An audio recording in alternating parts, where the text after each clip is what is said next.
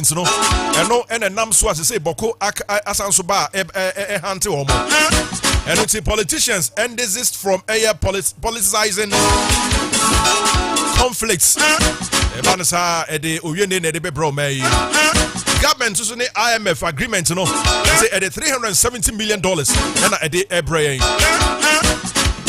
gold board and so say omo arivoku gold dealers na licenses and then you pay gold this is a gold board yending komai na yanko yesi de wiembesi ako weather prophet good morning confident voice for the morning nempom to say no pay adom nempai bonti me hoye pa good and wiembe ko say that say mamdika enchia TF ne obi bia wanya bro na fidi at Fox FM 97.9 and pay and then so midweek Wednesday 16 days into the month of April 2025 yehwese ne weather be say ya and I said, "Bekwama free and pay a copy of Nameboa or China and or Ghana or Fanagina."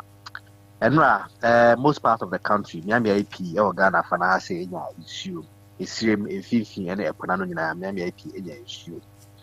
Minimum and a bit different across, and a Biana, a Bena issue, a Bena in 50 Mantemasi. Into both and pay, it will be cushion Ghana Fanagina. Now, or more.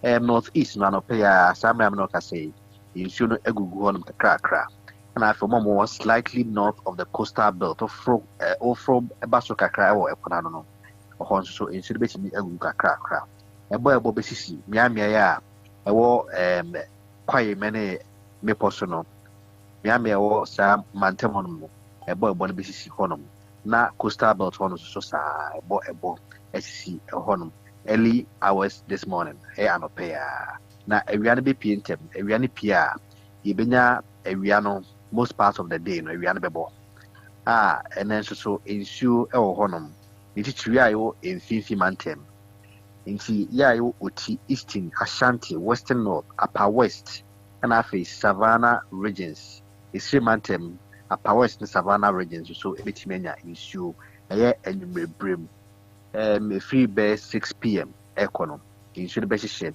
Ama ya iwo Miami Amabosi Kumasi Yansu Kaho, Ebenya issue Ebi Bessel should be in for and Shannon. Coastal belt honum dear, Ombe enjoy and Frama ebo free upon a so gentle breeze, free upon a so, and a bebafa on Omunya in Shuni be and there. Inti temperatures now pay range for 25 degrees Celsius, now 33 degrees Celsius, coastal belts, and after 24 degrees Celsius on a pay, now 35 degrees Celsius, middle sectors, Yupumasica Hono, and after 23 degrees Celsius, now 36 degrees Celsius, all transition sectors, 25 degrees Celsius, now 41 degrees Celsius, our northern sectors, is Simantem, Hobeshipa, and then so a punishable rough into we be out there putting the Mebiano. No, I am very careful. Especially yenyan afare for no if it's a fox no more coswa no my very careful sina be ya atwenchim bia en konkoto komo nti the confident voice of the morning sina ene whether be ya my be kwa my for the next 24 hours okay yeah that's it me enta bia ba me masuchi na etie for adamos me that's it weather prophet na motin in kano you shop here no pay would you Kwaba me try me hoba after sports break no never be can nipa oni do awda e dia chiro nipa kono we nyum tuni me pese me bone nyum a chiro ntimi nka nche so say enti twebe afidie no keep it locked right here na Kwabena nsia apia esu ho ne ba pepe hene e wa na me mo ache e mo Kwaba no me jesu ebru ne pom de say e jane na na mada roma good and no so there we now we missing in action na say me be news na me kasaka krakra nsana BP. That's right. Tina me semi mixing in action. Okay. Halfway. Okay. Na no pay me ko say. Oh, ya tia say de na tinkwam. Aka o man no say ne umu de ja umba hihye ne yi. Okay. Na yen so ya sum be yemre. Okay. Na yakoye nim. Okay. Zuba say comment no who say. Oh, say kase bia tia say me master bi no your literature master. Was it start the fight and I will back you? With the betray was so Santa Conasi a better with you. The possibilities are better with you, or not in the cheapest art with you. What you say? None in Sana or no the Becono. Ever wet you. Now, when you must in the panel, couldn't you bow and yet in ye. ena me back which say me boa wa mayako Okay. depending on angle obetimi afa asem man samra ho That's right. assembly is no bylaws That's right. ekasetia stray animals aboa ibeja no no na abonten pakra aboa abra obi ehwe ne so aboa bi tise nantwie aboa bi tise preku aboa bi tise kraman komu ya mua bi o na abonten ye dangerous kraman betima kawa at any time Yeah. better when see abon pane na yemon pane even ya abon pane kra na enye right so be kaw Yeah.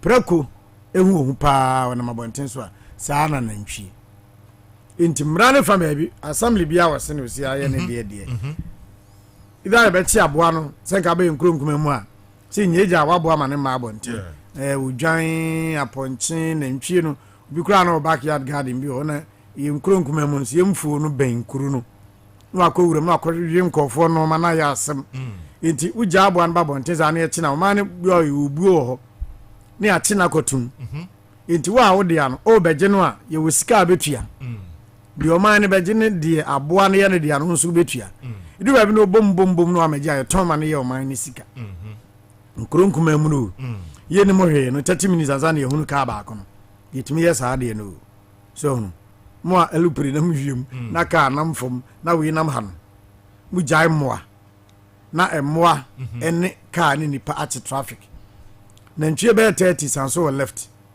na nipa enso mfimfi na ka so right enye papa minim sane akaya mi bylaws na kasafa stray animals on de but emra no wo ho Yeah. right some mo ne betuma bo mu tu akun mu obi mekum ma mwa meye mo so mo right animal right na ma right na twimuru mo na mkoto nkrante ne yi ya na mbizum mo nyima na so ma wo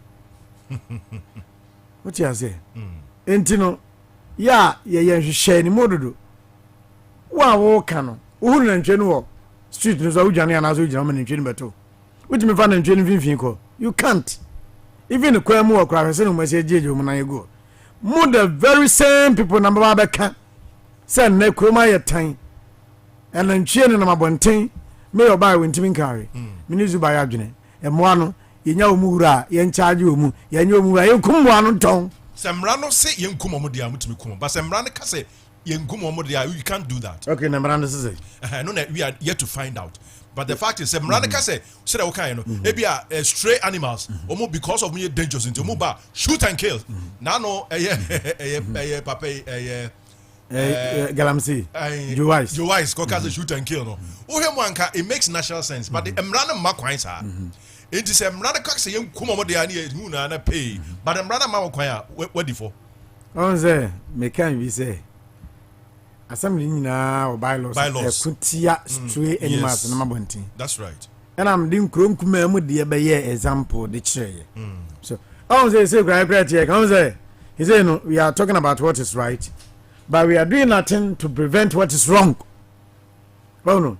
Ye kasafa de eye na de enye no ai haye no yen ka hwemfa ho on the samra na nka de na ukunu a enye eno de e raja ka o but emra no wono na waja no no wo ba bonte a wo de o minim pado no na ntwe de o mu abeba wo mu yemakom so many times Wrong. Yeah. mi kurom papa bi wo ho mbesmo won de din ka de fulani for by kurom first wo de na ntwe nso din ka ba ho na ntwe bi wo wo ye hwan wo bepemo opimu wi ane na menisem na wo bu mfi agum but at times we shouldn't talk too much about what is right but we must prevent what is wrong because you are preventing what is wrong there will be nothing like human right Yes. because bibia beda na akwa mu nti obi me say we ye anaso nyenti me dem na ya adwene na ye mu adwadifo no ene bia man ti sane we sika no pa What kind of sour pepper?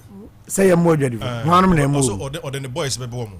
so the boys in be say omu amfiri wa I'll flog them, yes. wan kam visa anka oh sentina mkaza biete unze e hono kwa na apiki o but what led to in fact on say we prevent we can say prevent what is wrong but we prevent what is wrong with what is right yeah the mra and prevent the enye and for example kronfo akofo akowiade the okwa na enye but don't mean kuno a different or say se wan kwa meka emwa no de no mpo emwa no de but you chi na wontimi nkunu because ese mra wo ho enti de mra no na prevent de enye na emma no so de no you can't make a statement against the law. For example, make us say here, me free her, me go to a mampani.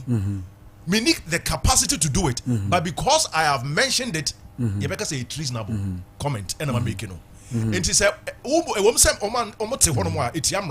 but you don't flog them. You don't. You say two wrongs do not make it right. More, and can say because almost maybe any. Also, why bonnet? Also, I am from so. Oh yeah, no, I bonnet. According to the law, yes. Oh yeah, good. Oh yeah, until proving guilty. Good. Oh yeah, Zuba near bonnet. Oh yeah, why bonnet? Zuba on your bonnet. All cano attempting to rape. Is tantamount to rape. And nobody defend him. You be defend him. Zuba, he has done nothing wrong. The statement itself is wrong. Against the law. But the only down on my man, right. It's all from Ramfan to it was a sawan kwa. Omuntra we bebu, oman kwa bebu. And a horror some one. Maybe say after sports break, you know, you about to try and so tell say and Kwabena. Listen to Fox Sports. Hey, sports fans, I love you. For more information, the #1 sports presenters in Kumasi. Kofi Aristotle, the philosopher. Nana Kwabena Ampratwum, the Supremo. Kofi Aristotle, the philosopher. Nana Kwabena Ampratwum, the Supremo El Commandant. Na impum to say. You are the chairman, said the Dow, the chairman, no, me who ye pa, na me patrol so. Miss me who ye. The uncle Pan, I do not who I say. Then I will my and so a very great day. Yen rejoice. Na yin treat day ni ye papa because the middle of the week enti ye hwe so ya on so be ma na wo twe na wie papa enti ye hwe wuku ada yesu ye ti kwaku na akuafo nyina na opai ma mi nchi omo na menka say a happy soul day to them. Now I do not measure your progress using someone else's ruler. And for bisu sudua ento to Ubuntu. Okay. Do not measure your progress using someone else's ruler. Enti umpuntu na opese otutu. Wabrabo na opese oku animu adwuma na wo ye na opese emu ehye yi anase ejina ntomponso bi opese wo ye no enhwe obi de no. Okay. Enkwaje obi susupuma emfa nto de no ho. Okay. Ekwan ono no fa so odi tumpon na ebia wo fa sa akwa no so a wo ntumpon. Adwen a wo fa ye ema ni di ye na ebia wo fa sa adwen na wo ndi ye. Enti wan kasa fa wo ho adwen. Ni wan kasa susupon na anase mpompo so pese udu abrabom no wan kasa fa channel a wo pese wo ye no. Now my problem has to do with this one. My problem is that I've always wanted to take people with me to the very top. And unfortunately, these people do not even want to see me at the top. Okay. And to offer sa pumano na obi afa so na so obi so puma na odi afa so akono. Sa nipa no kra no ibi o mpesa wo kra obedu sa so ho. Enti wan kasa tena ase. Na fa adwen a ebetimi aboa. Medasi Kofi Aristotle. Listen to Fox Sports. Hey, sports fans, I love you. For more information, the #1 sports presenters in Kumasi. Nana Kwabena Ampratwum na wanya atene nkanenti no nana basamba wanya nkoye na fe enkomana no mo eje no mi wo interest ho enti na metwen kakra na fe me so de me pesa me kana makana mom no before that me emfa ne kansa gude mu nsam no enso enti me emfa nto so be pia so enti me enko kama enti me emfa ma sabre eye fisem enti bebre triple T kebeba na fe ama no nsam no so enti me atwa so kama enso enti me de ma na fe yetimi asore na nana Kwabena Ampratwum at the Fox Money Drive and so etimi ada so na bibia so etimi akwa kama ye besas ye enso our Ghana ye FN aso ye na fe din komo esansam enra nwumre on the me patchum ade na cancer focus sports no and am back control say enra our Ghana Football Association no so etimi ye presentation at my regional football association no ay RFS rum patcho eno ekoye cars presentation vehicle and me patcho peni anything at the KTS so kreku so etimi koye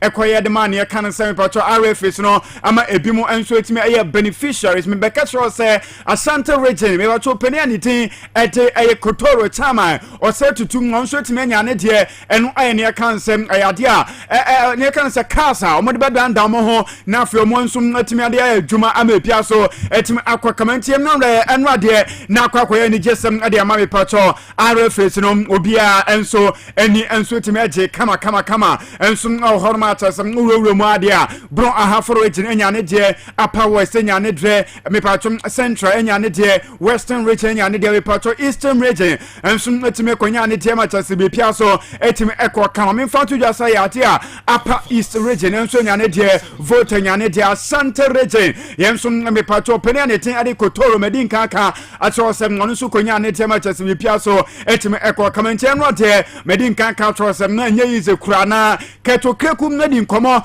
eno chem sem ayate ne sa donation as a presentation no sika ne enfri ni botom sika we intime fri obia ho ayate a FIFA forward money chesem ayate a Federation of International Football Association enso adema ne associate members no ayade a Ghana yenso ngedie no yeptimi adienie ensentro from so ya na mo kan o FIFA forward money no na say FIFA forward no Ghana Football Association no fanya hwe o beti ansom de akwakoto boot enkrofo di wo di stadium ne ade o say Ghana de ye de anya stadium de isi o ye talkers ade ama RFE yente keto kreku wa branding oye presentation no kure ya enso ade sika dodo a empenifom enso etimade talkers no bako nwotwe an pacho Ghana ye Football Association etoye yente keto kreku how much money and involved and afi opening in chiremu esese odman ye bia nenra odman live on Force 97.9. The office in France, in Paris, have been very, very supportive of the Ghanaian FA in our agenda to fix the fundamentals or the very foundation of our football. In addition to the purchase of operational vehicles for our football administrative regions, the FA has also, through the forward program, also gone through quite a number of projects, all with the support of FIFA. With your permission, I'll go through a few of the forward programs that we have already undertaken.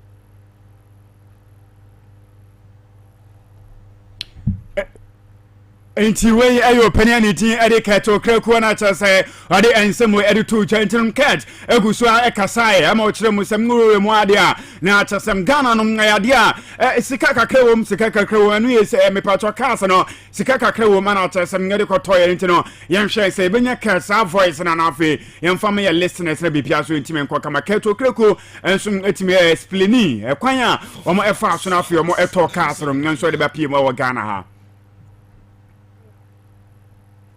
Really going through the region, we realized that there was not a single FIFA standard football pitch. Through the support of the ESCO, we applied to FIFA Forward, and FIFA, having gone through all the motions with the Ghana FA, approved the construction of the first ever FIFA standard football pitch in the Upper East region. Enti keto kreku na chasem ngoma ye nchiremu ntete a ama bipia so etima akwa kama fi antinsim ewa Ghana Premier League na mepacho ene ade outstanding games re ene ye bewie enti a week of 22 ana chasa no so ebetimi atofan fishers ni na ngane de no ebetimi awie ma bipia so etimi akwa kama no ene young apostles ene bobo kwanite ene brekum Chelsea nso etimi abobo kwanite ene Samatters 1996 enso ene Karela enso ebetimi abobetem United enso ene bibia ni goals say Bona fe bobo a niti ede Basake Holy Stars etinefie any Vision FC na fe Jonah Stars any Heart of Oka Airport me pacho Pando Heart of Lions any Mediama Sporting Club Airborne Nations FC any Dreams FC nso betime abo me pacho we no ay Accra Lions enso ane Krobia Santiago any betime abo me pia so etime akwa kamanina no 3 p.m. and then awia no me ensana chase dwumede ni na no ebetime atofem me pia so etime akwa kama Santiago coach niti ede Dr. Prosper Net Ogumo ɔpemfo nso atimi adi nkɔmmɔ bebree ama pia so atimi akɔ kama na opening ɛkyerɛ mu sɛ wowura mu adeɛ a na kɔtɔkɔtim no ayɛ prepared nso atimi ade mata game a no nso bɛtumi atɔ dwa na awie no nti opening ɛka ne sɛ ogum ɛna ɔkyerɛ mu sɛ asante kɔtɔkɔ saa game a ɛbɛtumi akɔtɔ no the preparation no deɛ ɛyɛ anasa Accra Lions ɛnɛ game no wɔn bɛtumi akɔ akɔbɔ bi san sɛ ne players no ɛyɛ ready for that game yɛntie ogum.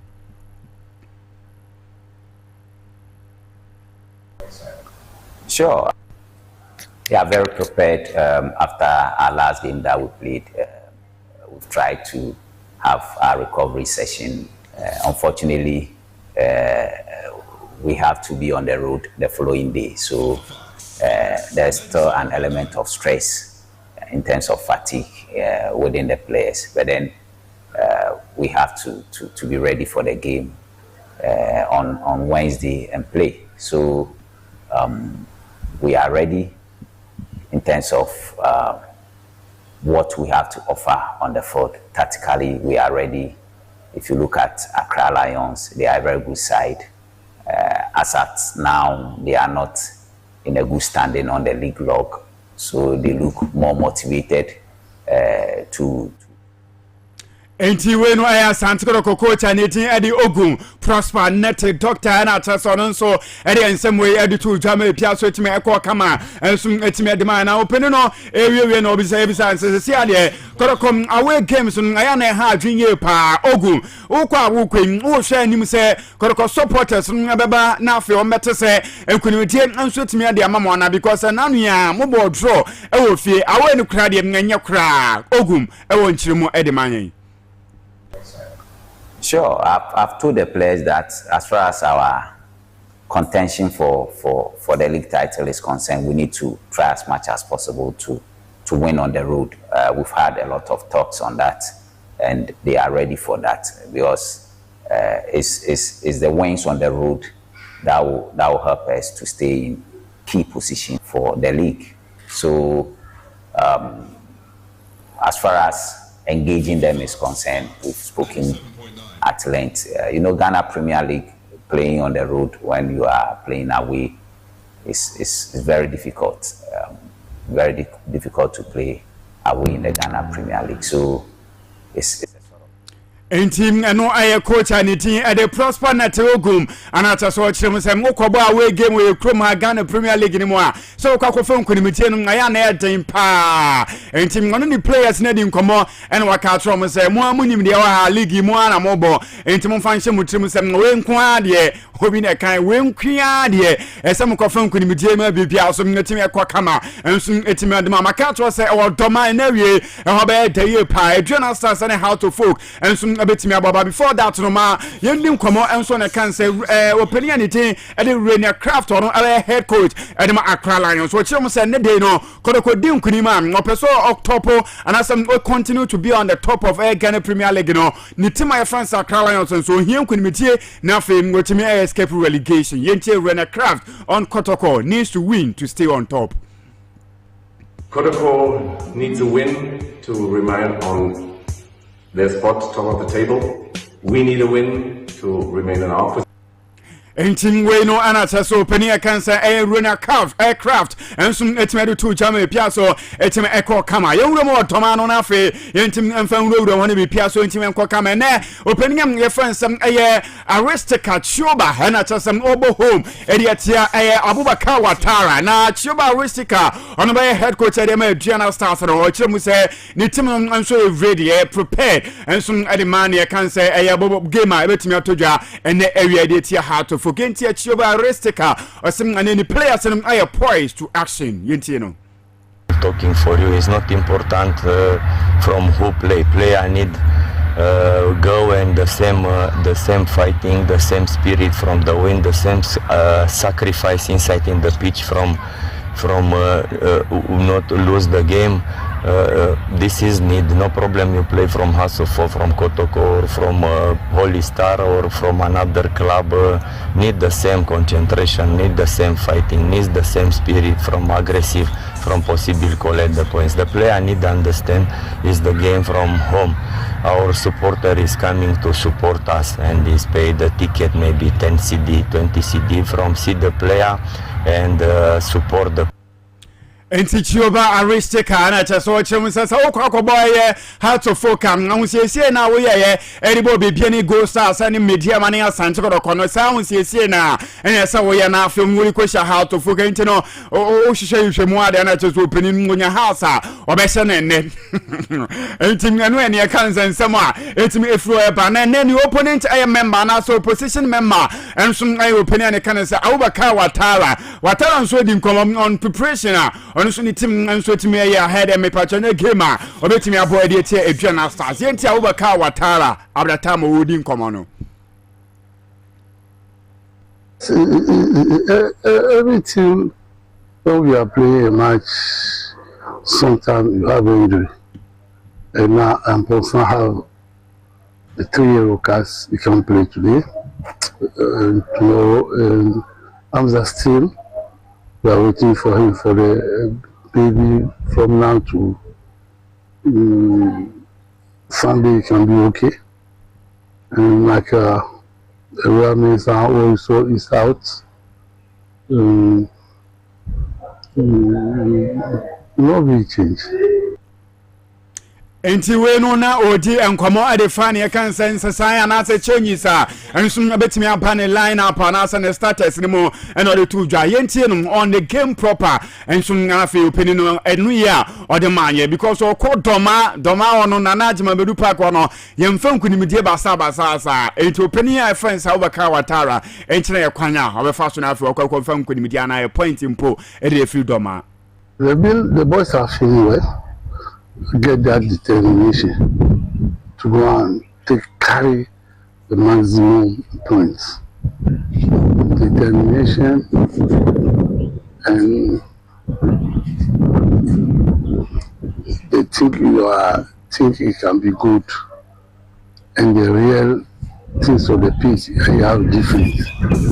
But we Abubakar Watara anata sem ode ensem were to jointino nya ya players no hoye ensom honom na already no make update ade amai wo mo a omunsom entimensi aka ne bia ma Rafael Amponsamo ejin eba Hamza yisam ina nso etimi adi eba mu Michael Awuamen sam ina no ade coach ani tin ade Abubakar Watara say ene game be to jano no pato players we no unhu omum eno ayensam a etimi firi ho ne nso etimi eba na yentie na on the message Abubakar Watara ewo edman ne kan say how to folks fans no na fe nyemfa isi na triple tiki yemfa ma no nsem no emfa ntoa so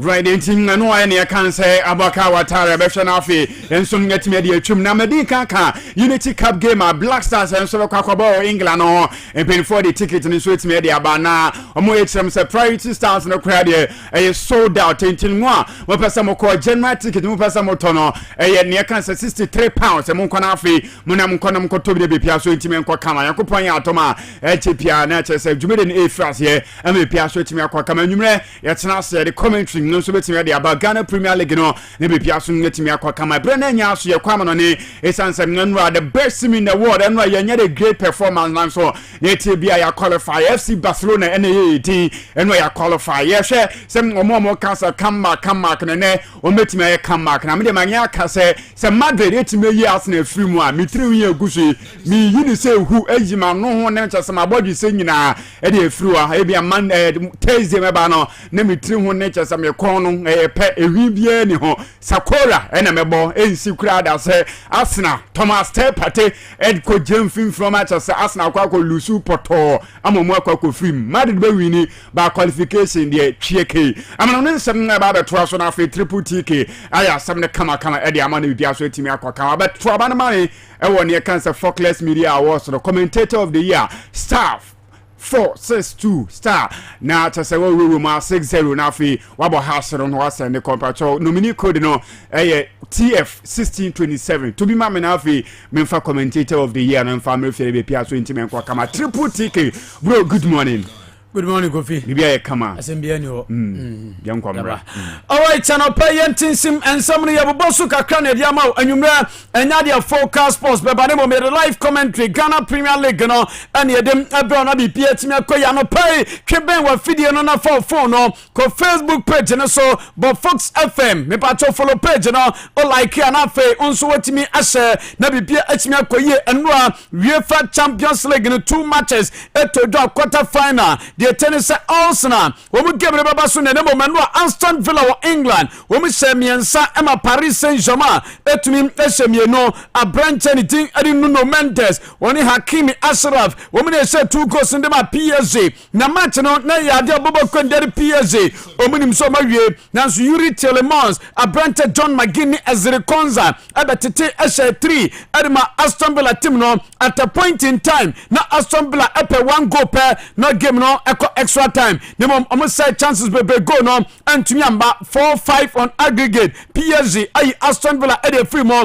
Samson Borussia Dortmund almost miensa ama Barca take mu bako Remy Bensalbani Algeria ni abrante no se on goal e dey boa Barca Seu Girassi abo ay hat-trick e ma club and ten answer Dortmund for a free mo 5-3 on aggregate. Say Barca equal semi-final for the first time in 6 seasons. The last time a Barca equal semi-final Champions League, no more Messi, no more Jordi Alba, no more Sergio Busquets, no more players how Robert Gerard Piqué more, no more now team no more 6 years in a fain at Bobo Kwani the Barca. Among some program I was semi-final. My parents no, Nyamia do my 2 games na Airbus no, Inter Milan and Bayern and Asia and we 7 p.m. the same time not Madrid and Arsenal airball se Madrid ne Arsenal wo bedim kunim o fesi eye PSG na fensun Inter ne Bayern wo betimi qualify o fesi Barca I was semi final and here the airball and 6:30 over England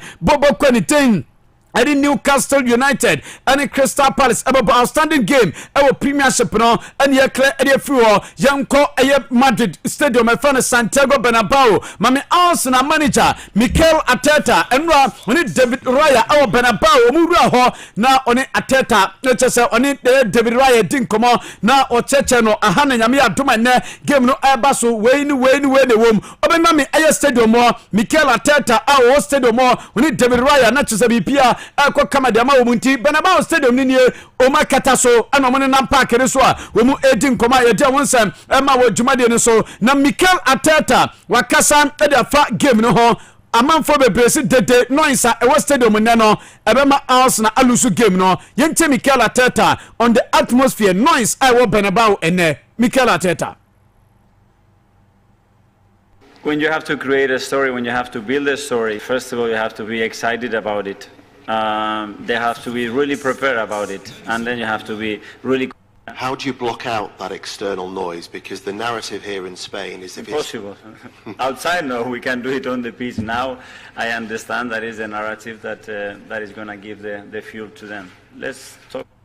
Okay, Mikel Arteta ana wate so den sam kakra etudwa no osanse ono na ne da so pa ne se opeso boa na bobo kwani tin ade Arsenal omo dominate UEFA Champions League no Arsenal ebe dominate Champions League yente Mikel Arteta on the Champions League.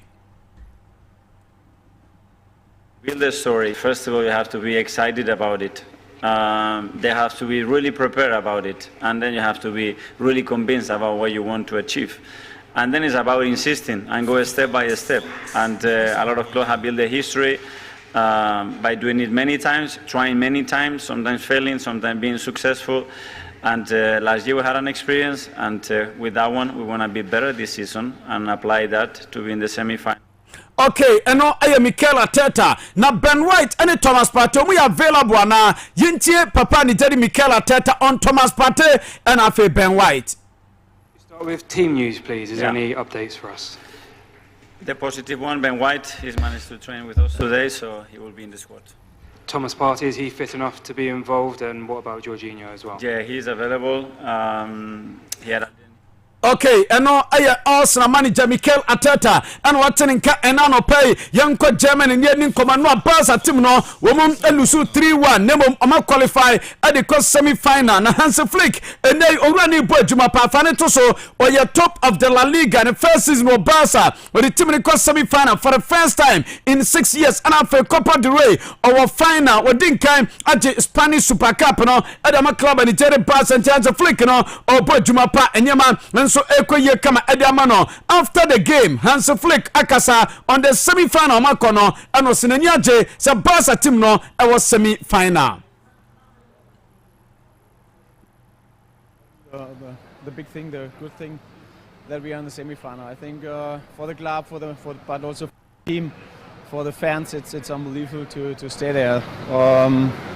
In the first year, in the semi-final means like we are the best, one of the best four teams in Europe. And okay, and here Hansi Dieter Flick and watching Kano na on Dortmund and I say hey Dortmund for no kwanya with the Barca fans no na enya sem keto akromo twen Barca bo so pa yentie Hansi Flick on Dortmund. Yes, of course. I know Dortmund really well, and